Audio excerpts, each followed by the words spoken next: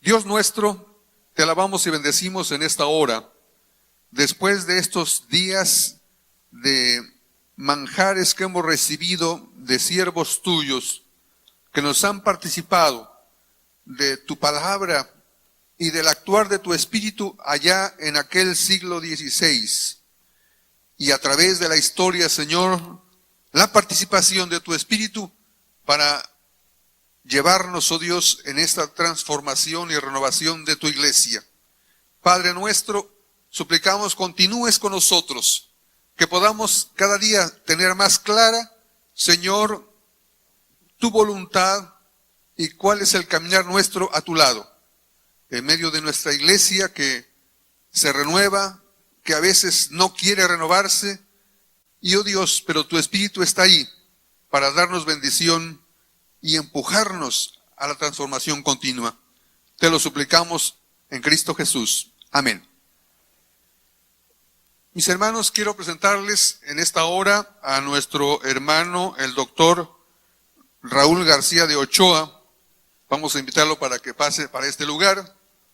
Hermano, compañero, consiervo de varias batallas, momentos especiales de bendición. Mi hermano Raúl, gracias a Dios por tu vida, porque en realidad hemos sido bendecidos por su ministerio, por su pastorado. Y bueno, yo espero que también en esta ponencia que se denomina la reforma y renovación de Wesley a través de grupos de crecimiento. Y vaya que hemos sido impactados con estas experiencias de grupos de crecimiento de células. Mi hermano pastor, adelante. Gracias, obispo, Dios lo bendiga. Gracias, hermanos, pueden tomar su lugar. Muchas gracias. El título que uso ahora en esta tarde lo cambié por allí, por esas cuestiones de las reformas y de los cambios que están en el ambiente. Pero pensando en alguna forma que pudiera ser un poco interesante, capaz quizá de empezar a despertar a cada uno de los que estamos aquí, puse el título de Otras tesis para la reforma del metodismo del siglo XXI. Así que ya tenemos las 90, ya no sabemos cuántas son de Lutero, ya no supimos. Si antes pensábamos que eran 95, ya no supimos. Pero aparte entonces de lo que Lutero expuso, quiero presentar a ustedes en formas muy sucintas algunos pensamientos de lo que creo que es importante subrayar y considerar en nuestro tiempo en aras de una verdadera reforma o una mayor reforma del metodismo del siglo XXI. Y quisiera empezar por la tesis 1.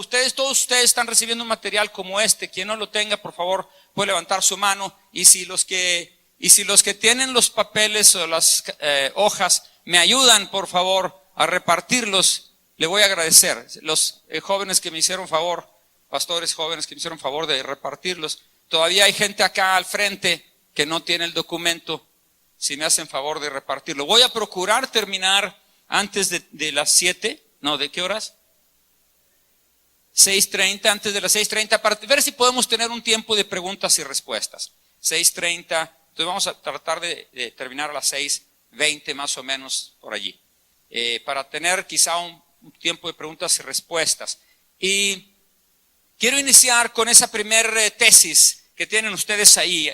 Mis hermanos, si hay alguien en la pantalla que me pueda ayudar allá en la computadora.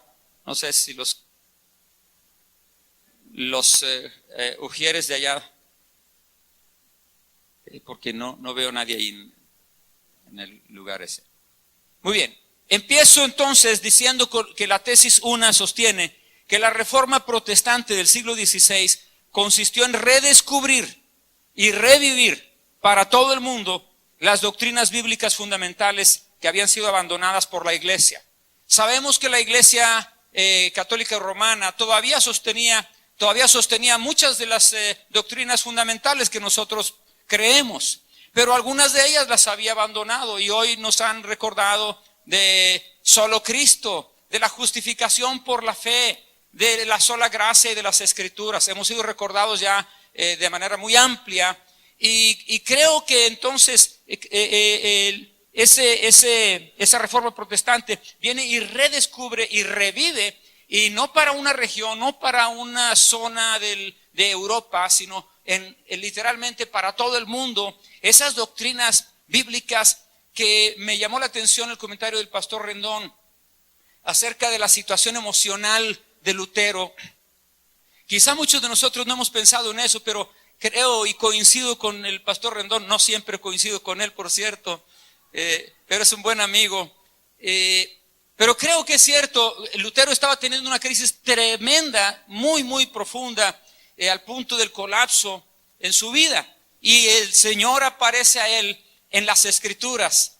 El Señor aparece a él en una experiencia de fe. A él no le faltaba conocimiento, lo que le faltaba era una experiencia personal. Una experiencia personal que, bueno, ya hemos encontrado y sido recordados de que no es una experiencia personal aislada, sino que se tiene que vivir en el entorno del cuerpo y en el contexto del cuerpo de Cristo.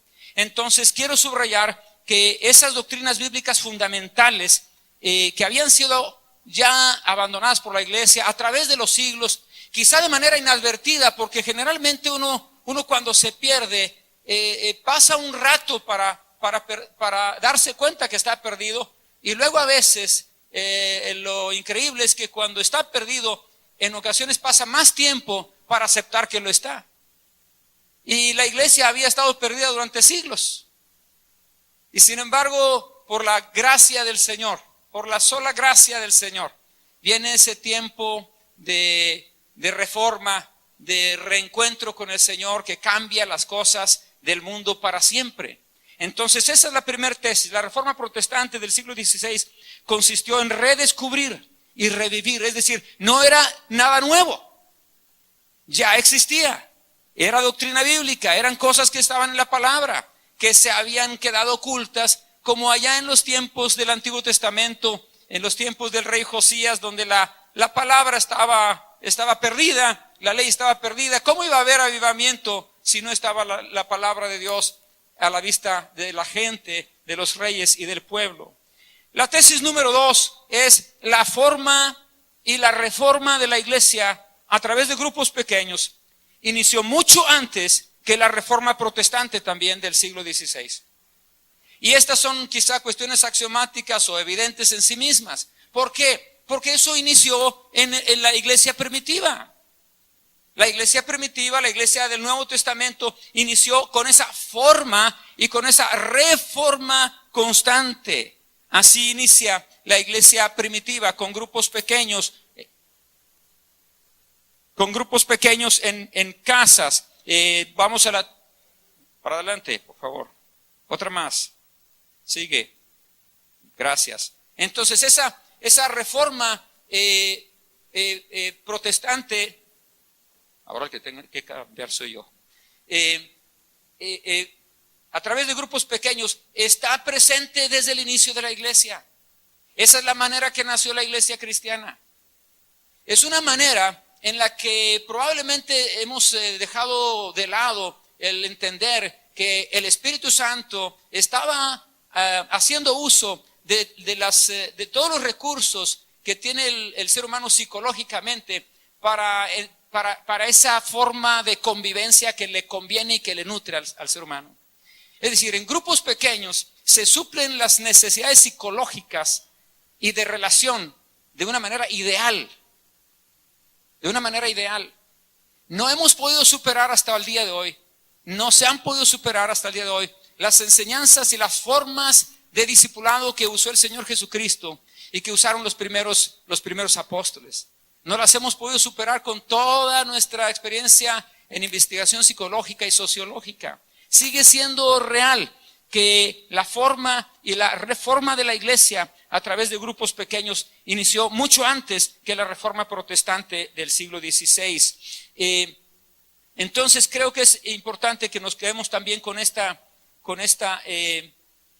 tesis. La tesis número 3, la iglesia cristiana entonces nació y creció en grupos pequeños. El obispo Fuentes hace algún tiempo mencionó una frase como esta y me gustó y la escribí, pero él asegura: el metodismo nació en grupos pequeños. Bueno, la iglesia cristiana también fue así. Nació en grupos pequeños. Cuando vino el día de Pentecostés, dice la Escritura que estaban todos unánimes juntos. Bueno, alguno de ustedes dirá que en ese aposento alto no había ningún grupo pequeño. No es cierto. En ese aposento alto, aunque eran 120 personas, estaba el grupo pequeño de los 11 y luego de los 12 cuando ya eligieron al suplente. Estaba el grupo pequeño de las mujeres que servían a Jesús. Y así como eso, habría otros grupos que entre sí tenían cuestiones homólogas, los unían, pero estaban reunidos ahí esos diferentes grupos para vivir la experiencia que habría de ser el inicio de la iglesia cristiana, el inicio del cristianismo para siempre. Ahí se iba a experimentar y estaban ahí esos grupos que ya habían existido también, que ya habían sido integrados, pero que ahora estaban listos para tener la experiencia que iba a detonar el gran movimiento de la iglesia del Señor. Así que la iglesia fue formada de esa manera, grupos pequeños y grupos en las casas. En Hechos 5:42, todos ustedes lo recuerdan, Hechos 5:42, ¿pueden decirlo por favor?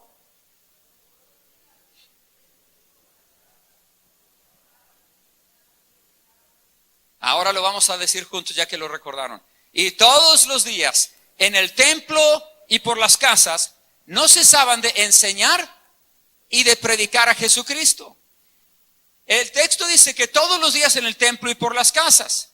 Por supuesto que en los primeros días, en los primeros meses, estaban en el templo y por las casas porque como judíos que nos han recordado que era prácticamente todos ellos, pues tenían esa costumbre. El centro de reunión para ellos seguía siendo el templo.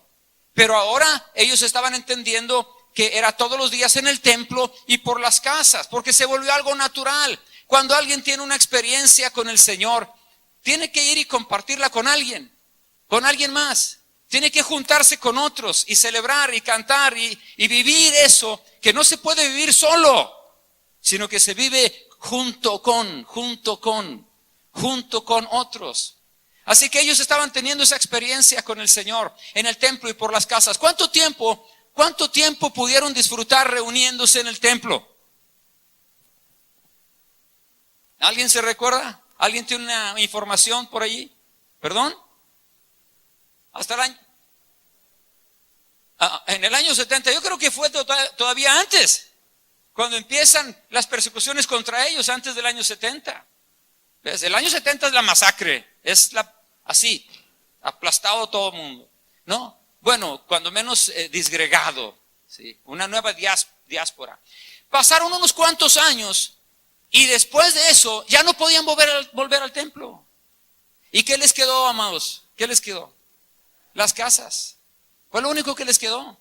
Pero las casas eran suficiente espacio, porque las casas siempre han tenido suficiente espacio, siempre han sido suficientemente amplias y grandes para tener una experiencia en comunidad de fe con el Señor.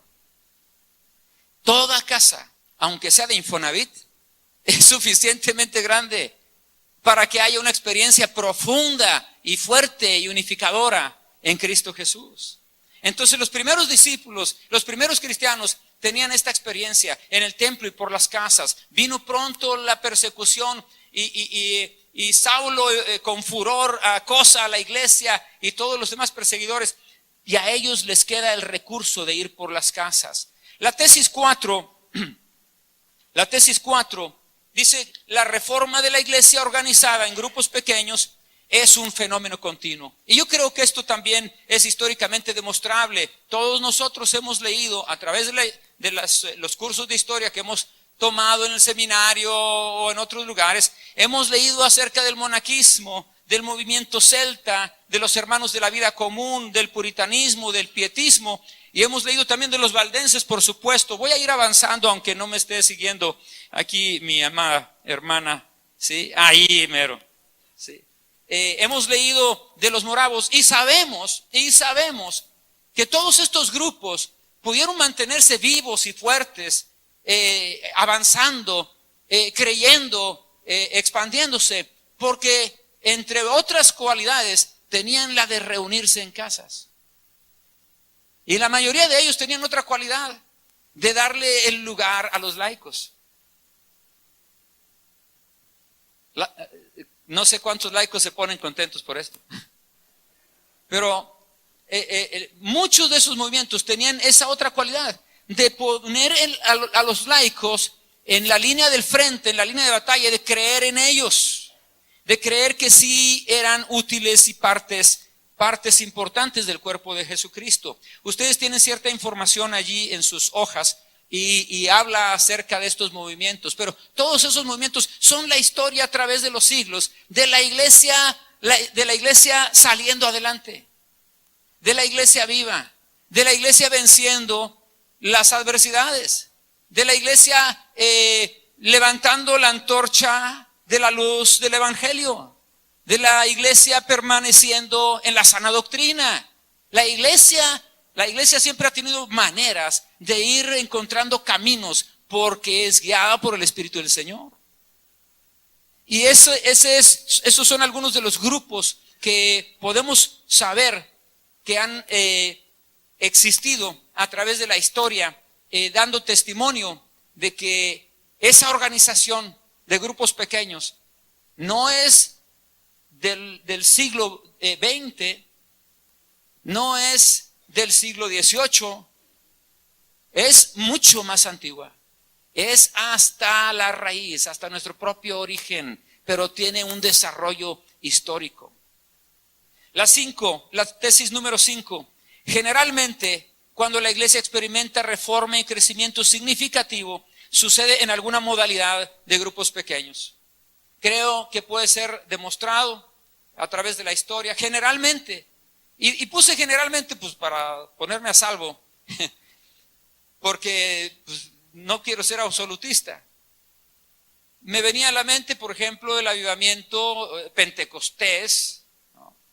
El avivamiento carismático de Azusa para acá, que cunde en todo el mundo, que llena la tierra y lleva a algunos a decir, cuidado que ahí vienen los pentecostales. ¿Sí? ¿Sí se acuerdan de eso? ¿Sí? Y bueno, alguno podría decir, oye, pero estos no crecieron como grupos pequeños. Esos crecieron así, ¿cómo podríamos llamarlo? ¿A cañonazos? No sé. La verdad es que la experiencia espiritual tan fuerte que ellos estaban teniendo los llevó a atraer grandes números de personas que, si usted quiere, por la cuestión emotiva, por lo que usted quiera, ¿sí? Además del Espíritu Santo, permanecieron ahí. Pero nada más le voy a dar un ejemplo de cómo ni siquiera esos movimientos carismáticos, pentecostales, se quedan fuera de esta regla, porque si recuerdo bien, la iglesia más grande del mundo, que es carismática y que es de Asambleas de Dios todavía tiene una estructura grupal. Tiene una estructura de redes de grupos. No sé si estamos de acuerdo, pero si no estamos de acuerdo, no se preocupe. Pero es la verdad. Es la verdad. Entonces quiero subrayar de nuevo que generalmente va a haber alguna modalidad de grupos pequeños. Va a haber alguna forma en que los cristianos no están así como nosotros, nada más.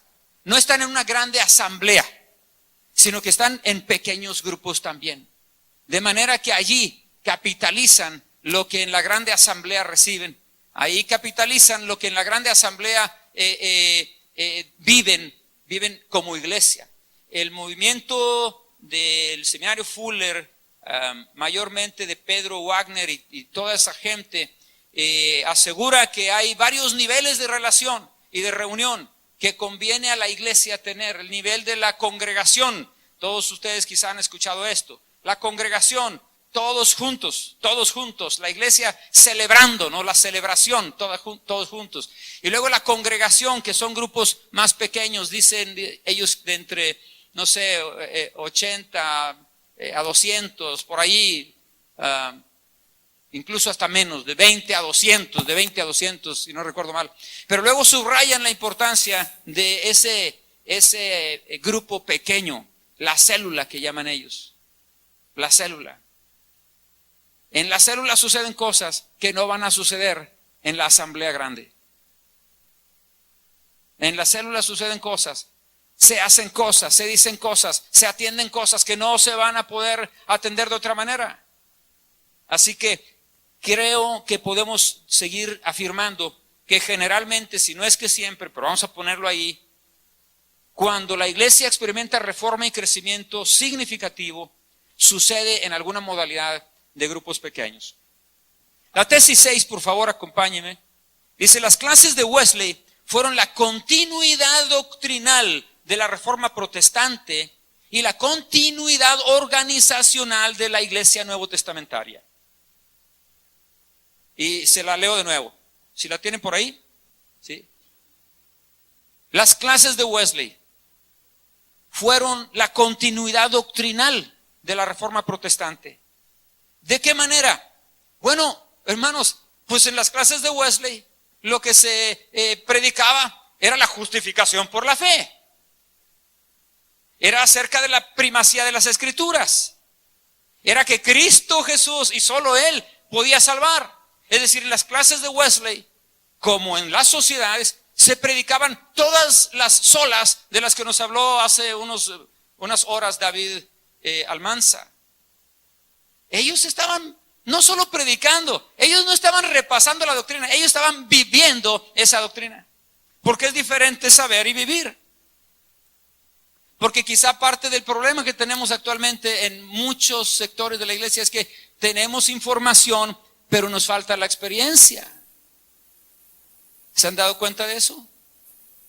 Tenemos información, pero nos falta la experiencia. Tal y como le sucedía a Juan Wesley antes de su propia experiencia. Tenía información, tenía ortodoxia, pero le faltaba el elemento vivencial de la doctrina. Entonces las clases de Wesley fueron la continuidad doctrinal de la reforma protestante porque la creyeron, la vivieron, la publicaron.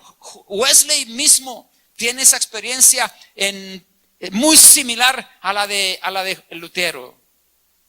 Wesley tiene su crisis personal.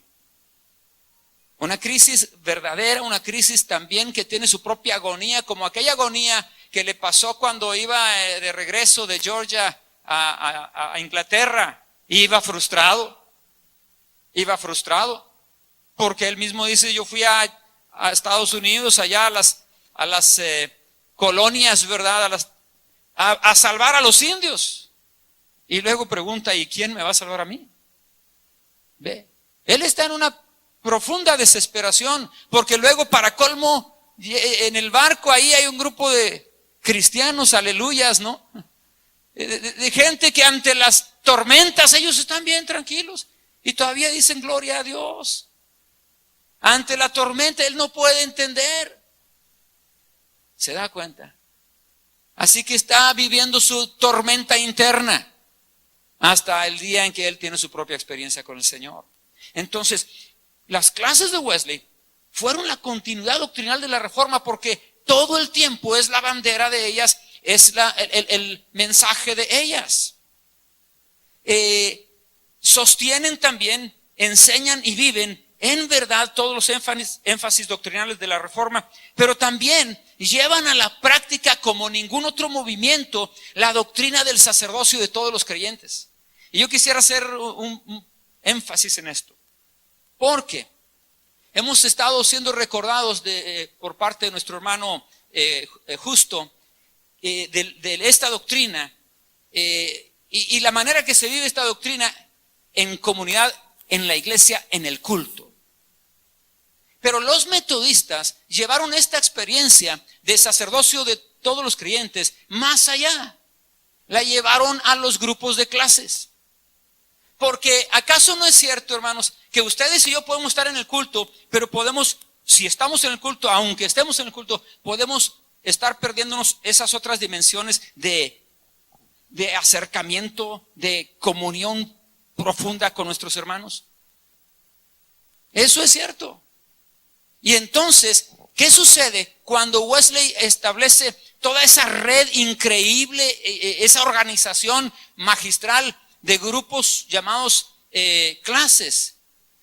los cristianos, aquellos que han estado teniendo una experiencia de fe, de justificación por fe en Jesucristo, ahora ellos se involucran en llevar el mismo mensaje a otros, a sus hermanos, y se involucran en cuidar a sus hermanos, en darles cuidado pastoral. ¿Quién le da el cuidado pastoral a todos ellos?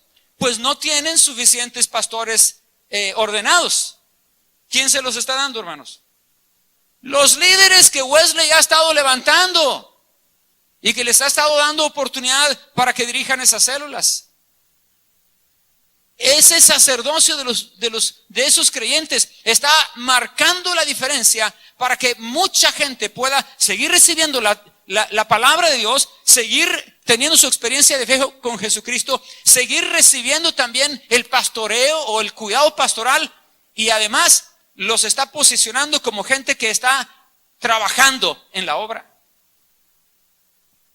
Así que creo que la forma en que Wesley organizó y movió a los grupos pequeños es una de las más eficaces y de las más importantes de entender el sacerdocio de los el sacerdocio de los creyentes, el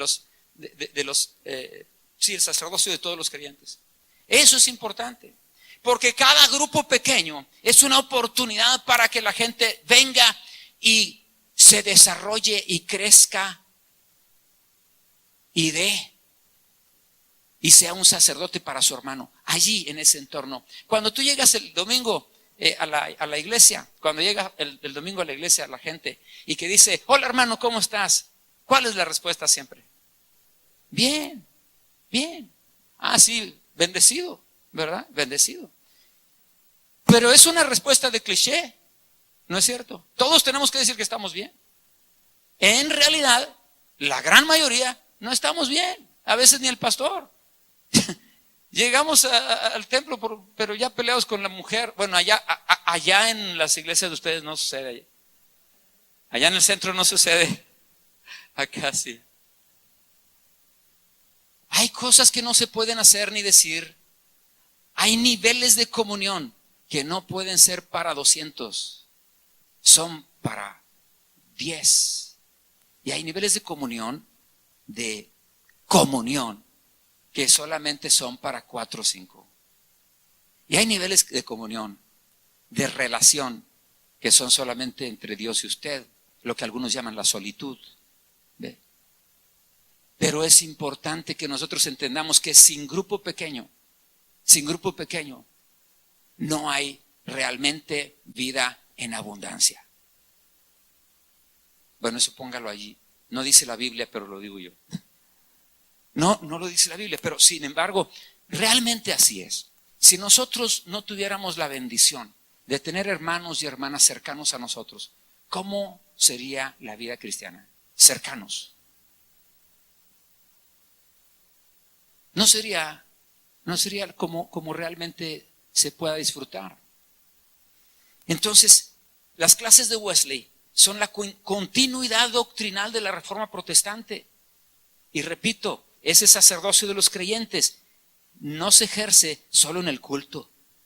Se ejerce de manera mejor, mayor, más profunda y con mucho mayor trascendencia en esos grupos pequeños.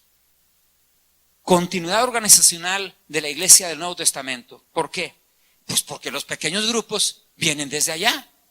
Los grupos pequeños vienen desde allá. Y los grupos de clases de Juan Wesley alentaban a compartir la fe. Los grupos pequeños de Juan Wesley asimilaban a los nuevos creyentes en el nuevo compañerismo cristiano, ¿verdad? Esos grupos eran la primera línea de cuidado pastoral para cada nuevo convertido. La primera línea de cuidado pastoral. Note que no eran los pastores itinerantes, los presbíteros itinerantes. Repito, eran demasiado pocos. Pero la primera línea de cuidado pastoral eran esos líderes, de los cuales algunos hacían crítica, por cierto. En las obras de Wesley, él escribe que algunos decían: oye, pero muchos de esos son muy nuevos, ¿por qué los pones a trabajar? Y Wesley le respondía: aunque son nuevos, ellos tienen todas las cualidades para hacer ese trabajo. Además, nosotros los estamos revisando siempre. Y cuando alguien de ellos no sabe cómo hacer el trabajo o no puede hacerlo, lo apartamos de ellos. Es decir, curioso, porque las críticas a este tipo de trabajo le llovían a Wesley también. No son nuevas tampoco.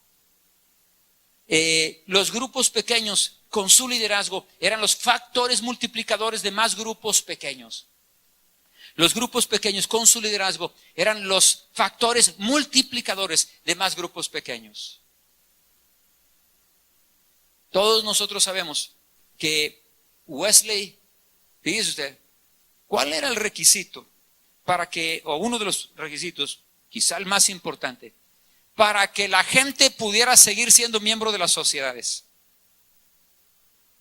Uno de los requisitos, y quizá el más importante, era que asistieran a su clase. Y el líder llevaba registro, y al hombre o la mujer que no iba a la clase, le llevaban su registrito. No está asistiendo, no vas a asistir a la clase, no puedes asistir a la sociedad. Tú no puedes ser metodista. Así que vamos a poner un registrito así. No. ¿Cómo ve? Cuando usted se acostumbra a ser parte de un grupo pequeño, aprende a conocer el corazón de la gente, no nada más el cráneo. El cráneo se conoce cuando vamos a la iglesia, ¿cierto? ¿Qué le está viendo a su compañero que está enfrente?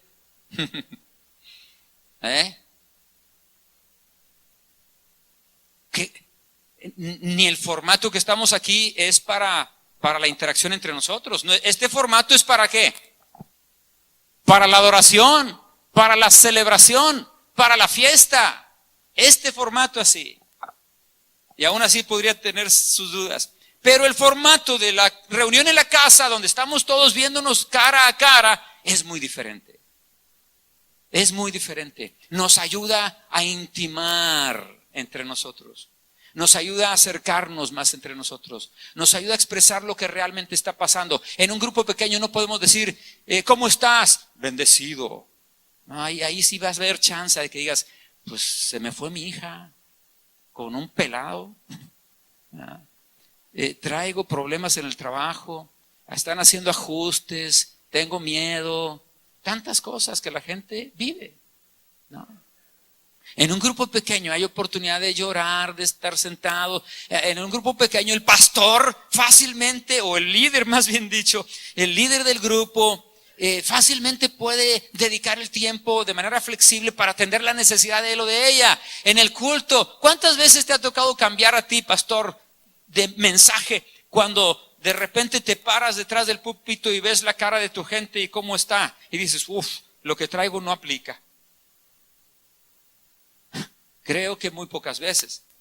No. Pero en un grupo pequeño es mucho más fácil.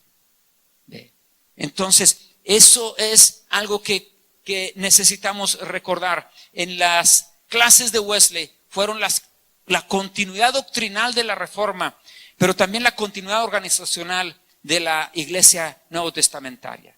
La tesis 7. ¿La queremos leer, hermanos, por favor? La tesis 7. La reforma que la iglesia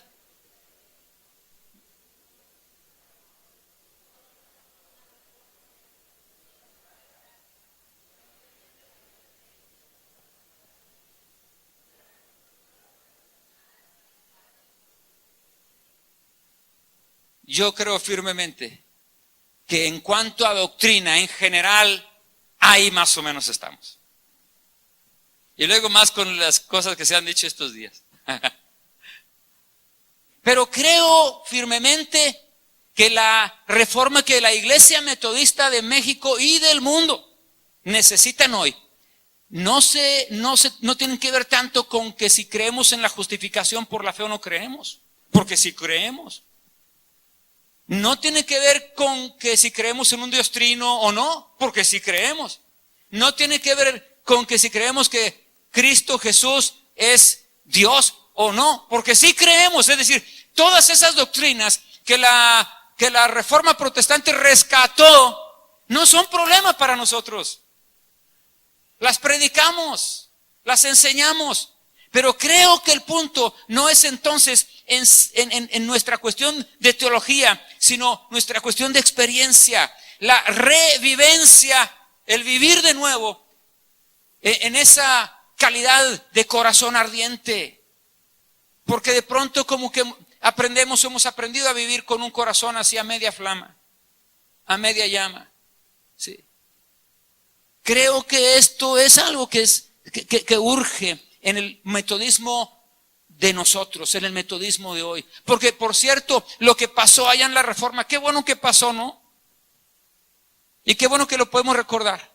Pero tenemos que traerlo al presente para ver todavía cómo tiene que empujarnos a cambiar, empujarnos a modificar cosas.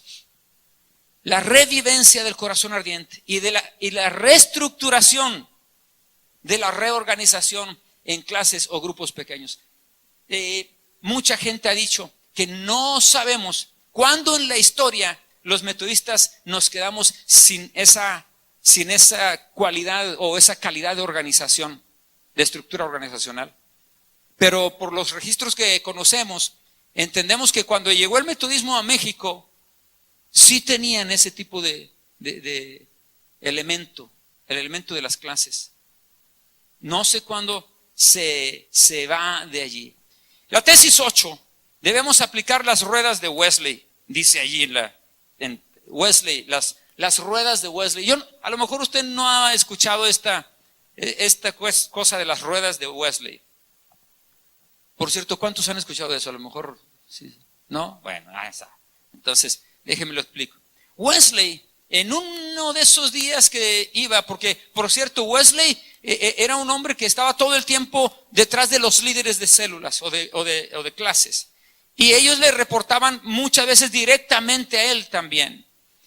Dice que una vez va a Dublín, en esas giras que hacía constantemente para ver cómo estaban las sociedades, va a Dublín y se encuentra con que hay muchos problemas, porque hay gente que está cuestionando la función de los líderes de las clases.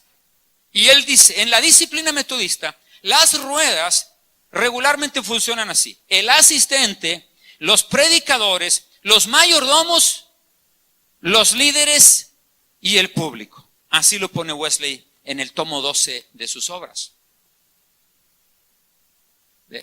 Ahora, yo he escuchado esa idea de las ruedas manejada por el obispo Guerra hace mucho tiempo. Pero Guerra, creo que sí era Guerra, pero que él decía que las ruedas de la Iglesia Metodista de México eran las mujeres, los hombres, los jóvenes, ¿y qué más era? ¿Los niños? Ok, creo que así eran las cosas. Pero el obispo Guerra siempre decía que tenía una llanta ponchada, la Iglesia Metodista. No les voy a decir cuál es. Wesley no hablaba de nada de esto, Wesley no hablaba de nada de esto. Pero Wesley dice que en su organización, como él tenía organizado el metodismo, había estas ruedas. Y mire, dice, para el tiempo venidero, dejemos que cada rueda mantenga su propio lugar. Dejemos que el asistente, los predicadores, por cierto, asistente era el equivalente nuestro a pastor. El equivalente nuestro a pastor.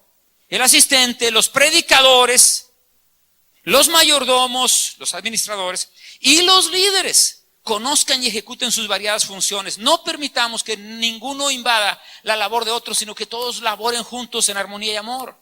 Que la obra de Dios florezca entre ustedes, quizás como nunca antes lo hizo, y sean solícitos en guardar la unidad del Espíritu en el vínculo de la paz. Wesley sabía que si entraban en conflicto con los líderes de las clases, y si les quitaban de su lugar, y si no les permitían seguir creciendo en eso, el movimiento se caía. Al final de la vida de Wesley, algunos estudiosos dicen que había más o menos unos 7,000 a 10,000 grupos de clases. Y entre 70,000 y 100,000, 70,000 y 100,000 metodistas en Inglaterra en el tiempo de Wesley. Porque ellos habían aprendido a darle su lugar al líder de las clases. El líder de clase es el elemento primordial para crecer y para conservar el crecimiento en el metodismo de Wesley. Y necesitamos rescatar ese elemento para que nosotros podamos seguir creciendo. ¿Hasta cuántos puedes cuidar tú, pastor? Personal y directamente. ¿Hasta cuántos? Yo he escuchado pastores que dicen hasta 150. He escuchado pastores que dicen yo hasta 100. He escuchado pastores que dicen yo nomás hasta 10 o 12. Bien. Pastorear, cerquita, cerquita. Y pienso que los que dicen 10 o 12 no están tan equivocados. Cerquita. Sí. Podemos hacer cultos y podemos tener actividades muy diversas, pero pastorear de cerca es otro asunto. Una vez un compañero, amigo de una iglesia muy grande, fue a Londres y se dio cuenta de cómo habían sido los metodistas y me preguntó luego a mí, me dice, oye Raúl, ¿ustedes tenían esto? ¿Por qué lo dejaron? ¿Sí se escuchó bien? Ahora yo les digo a ustedes, hermanos metodistas conmigo, ¿ustedes tenían esto? ¿Por qué lo dejaron? Se queda la pregunta allí para la reflexión. Voy a irme rápidamente, voy a dejar las características de los líderes que también tienen movimiento celular actual, esas ahí quedan. Tesis 9. Los liderazgos que actualmente promueve la iglesia son más de mantenimiento que de crecimiento y multiplicación. El sistema se ha vuelto el centro del sistema. Es decir, gran parte de nuestro esfuerzo, de nuestro tiempo, de nuestro dinero se invierte en mantener el sistema operando, no necesariamente creciendo y yendo más allá. Gran parte de nuestro esfuerzo sucede así. Revisando la disciplina con mis alumnos del seminario, nos damos cuenta que casi el no sé qué porcentaje, pero muy alto porcentaje, está hablando acerca de cómo seguir administrando lo que ya tenemos y lo que somos. Y cómo hacer cosas que ya hemos hecho hace mucho tiempo. Pero no estamos enfocando en ir, en rescatar y en hacer discípulos. Tesis 10. La iglesia metodista debe retornar a las ruedas de Wesley para revivir la experiencia del corazón ardiente del que ama a Dios con todo su corazón, con toda su alma, con toda su mente, con todas sus fuerzas y a su prójimo como a sí mismo. ¿Cuál era la característica primordial de un metodista? Esa. El metodista ama a Dios, decía Wesley, con todo su corazón. Sí. En el carácter de un metodista él lo dice. El metodista ama a Dios con todo su corazón, con toda su alma, con toda su mente, con todas sus fuerzas y ama a su prójimo como a sí mismo. Esta es la única manera, hermanos, de volver a ser discípulos que hacen discípulos. La principal rueda de las ruedas de las que habla Wesley ahora es el líder de las clases. Y es la que ahora nosotros necesitamos ver la forma de rescatar. Tesis 11. Vamos a leerla juntos porque esta sí está pesada. La leemos, dice, ningún cristiano metodista, sea laico, pastor, evangelista, maestro, superintendente, obispo o superman, debe estar fuera de la comunión y acción evangelizadora y discipuladora de un grupo pequeño. Ninguno. Nadie, hermanos. Porque solo en el entorno de un grupo pequeño, como Jesús lo vivió con sus discípulos, se puede vivir lo que se llama comunión de los creyentes o comunión de los santos. Nada más en un grupo pequeño se puede saber lo que significa esa comunión de amor entre creyentes, porque al fin del día, ese amor de los creyentes, aunque usted ama a toda la iglesia, no va a tener la capacidad de comunicarlo a todos por igual. Y siempre habrá un grupo que necesite usted de ellos y ellos de usted para vivirlo en sus mayores dimensiones.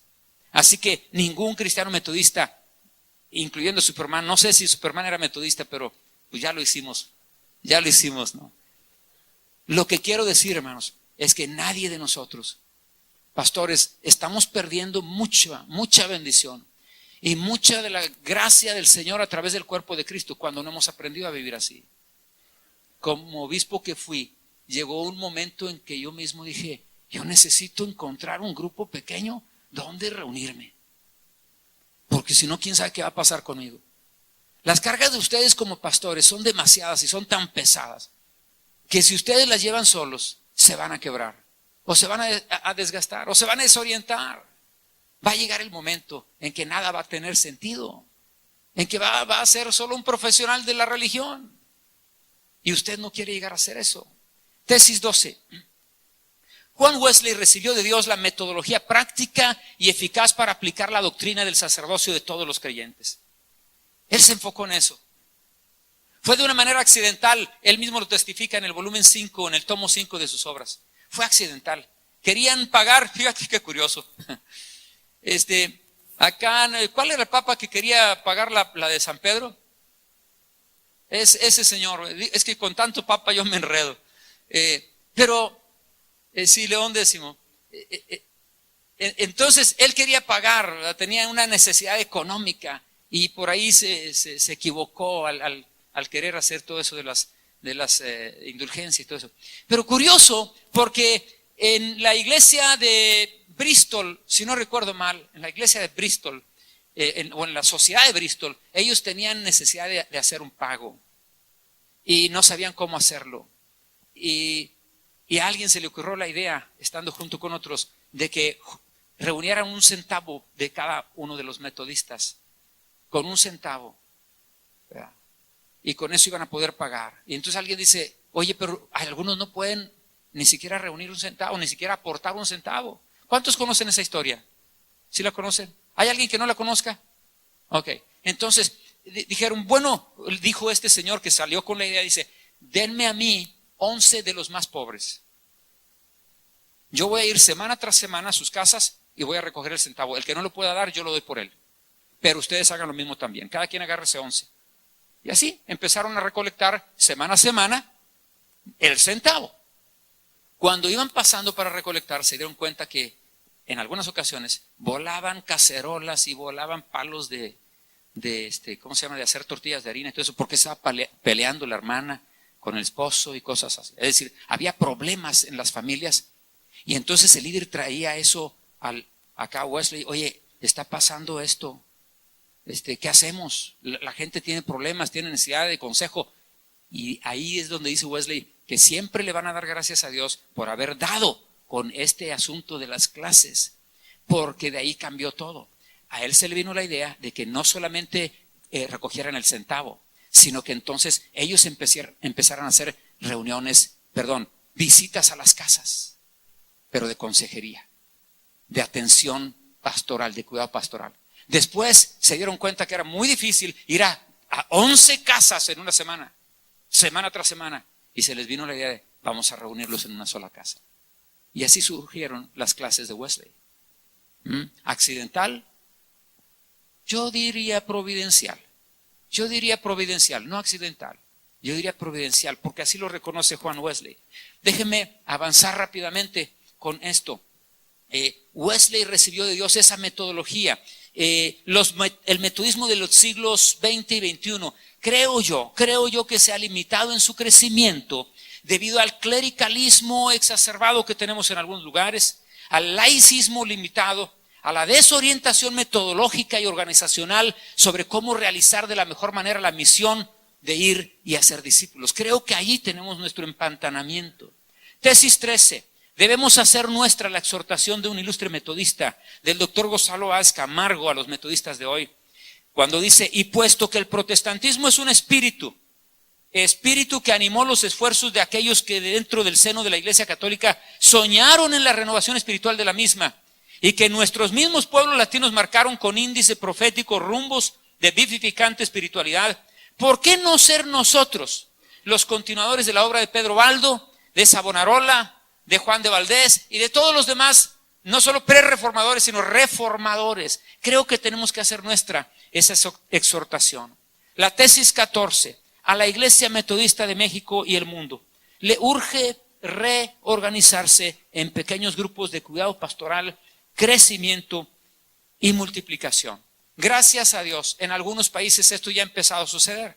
Ustedes saben que en Corea tenemos la iglesia metodista más grande del mundo y tiene ese formato. Ustedes saben que en Brasil tenemos un buen montón de iglesias que están trabajando de esa manera y son iglesias que están creciendo. Ustedes saben de la iglesia, por ejemplo, de Mandaguarí, Paraná, en el país de Brasil, donde hay un tremendo avivamiento y crecimiento y ha sido replicado en otros lugares. Así que creo que este es nuestro tiempo. Tesis 15. Es urgente que hagamos nuestras las siguientes exhortaciones en nombre de nuestro Señor Jesucristo. Número 1, que en la conferencia general del 2018 se haga todo lo conducente y necesario para lograr la reforma de la estructura organizacional de la IMAR en grupos pequeños. Número 2, que las organizaciones oficiales no desaparezcan, sino que se reorganicen en grupos pequeños con liderazgo permanente, que dé cuidado pastoral y oriente y lleve al grupo a compartir su felicidad en Cristo a los necesitados. Y número 3, que ningún cristiano metodista, sea laico, pastor, evangelista, maestro, superintendente o obispo, esté fuera de la comunión. Me faltó Superman, pero ese ya saben. Esté fuera de la comunión y acción evangelizadora de un grupo pequeño. La razón de ser de los distritos pequeños es porque nosotros mismos pastores necesitamos aprender. ¿Cómo vamos a enseñarle a la gente aquello que nosotros mismos no hemos todavía experimentado? Dejo con ustedes algunas preguntas de reflexión allí, pero solamente leo una. La primera, ¿dónde está la rueda de los líderes de clase o grupo pequeño en el metodismo mexicano de hoy? ¿Qué diría Wesley de esto? ¿Y qué haría Wesley con eso? Esa sería la pregunta que yo leería y dejo las otras para que ustedes las conserven. Pastora María.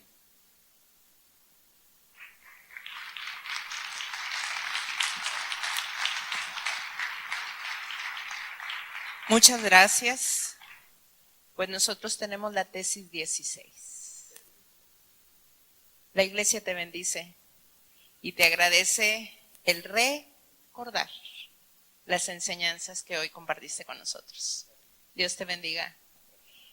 Amados hermanos, el día de hoy está con nosotros el hermano Jorge Arévalo y algunos varones. El obispo nos ha pedido que le demos un tiempo, entonces vamos a pedirle que pase, por favor, a dar el anuncio. Y si hay algunos pastores que le pueden ayudar a meter unas cajas que va a entregar, se los agradezco.